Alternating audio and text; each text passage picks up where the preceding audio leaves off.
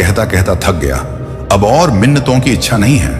एक अंतिम बार कह रहा हूं, कृपा करके मेरी प्रार्थना सुन लीजिए। अगर आपको मेरे दुख नहीं मिटाने हैं तो कम से कम इतना तो कर सकते हैं कि किसी ऐसे व्यक्ति के दुखों से मेरा दुख बदल दी जिसके जीवन में मुझसे कम दुख हो। हमेशा के लिए नहीं तो कम से कुछ महीनों के लिए ही सही, थोड़े दिन के लिए मुझे भी कुछ राहत मिल जाए। अब भगवान ने नवीन की आखिरी इच्छा सुन ही ली और उसे उस रात सपने में भगवान दिखे। भगवान बोले, बालक, मैं तुम्हारी प्रार्थना रोज सुनता था, पर मैं उनके ऊपर ध्यान ज्यादा दे रहा था जो तुमसे भी ज्यादा तकलीफ में है। खैर, तुम अपने सार कष्टों को विस्तार से एक कागज पर लिखो, फिर एक गठरी बनाओ और शहर के मुख्य चौराहे पर जाकर उसे टांग कर आ जाओ। नवीन हड़बड़ाकर नींद से जागा।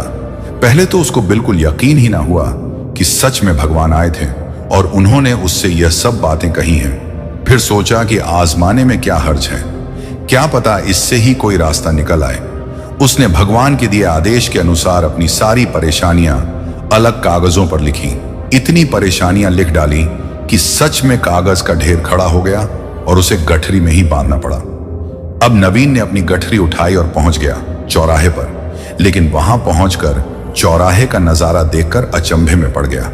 उसने देखा कि चौराहे पर तो पहले से ही लोगों की लंबी लाइन लगी हुई है जो उसी की तरह अपने अपने दुखों की बड़ी बड़ी गठरी लिए आ पहुंचे हैं।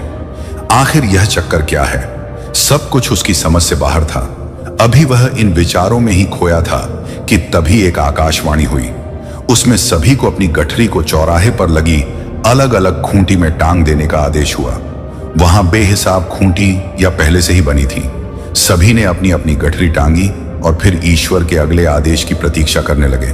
कुछ ही देर में दोबारा से आकाशवाणी हुई और सबसे कहा गया कि सभी लोग अंदाजे से कोई ऐसी गठरी उठा लें जो उन्हें अपनी परेशानियों की गठरी से हल्की समझ में आती हो।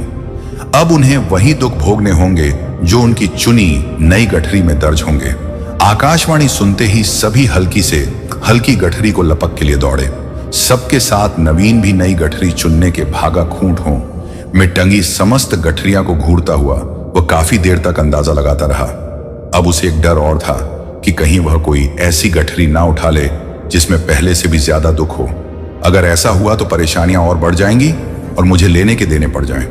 जीवन तहस नहस हो जाएगा सो अलग। अब उसके मन में तरह तरह के विचार आने लगे। वह सोचने लगा कि कम से कम वह अपने दुखों से भली भांति परिचित तो है और उन्हें झेलने का आदी भी हो गया है। उनके लिए कुछ रास्ते निकालने की शुरुआत भी की है। शायद उसका परिणाम आए तो एकाध दुख घट ही जाए। कहीं ऐसा ना हो कि चुनी गई नई गठरी में दुख और भी ज्यादा पीड़ादायक हो जाए। ऐसे विचारों में खोए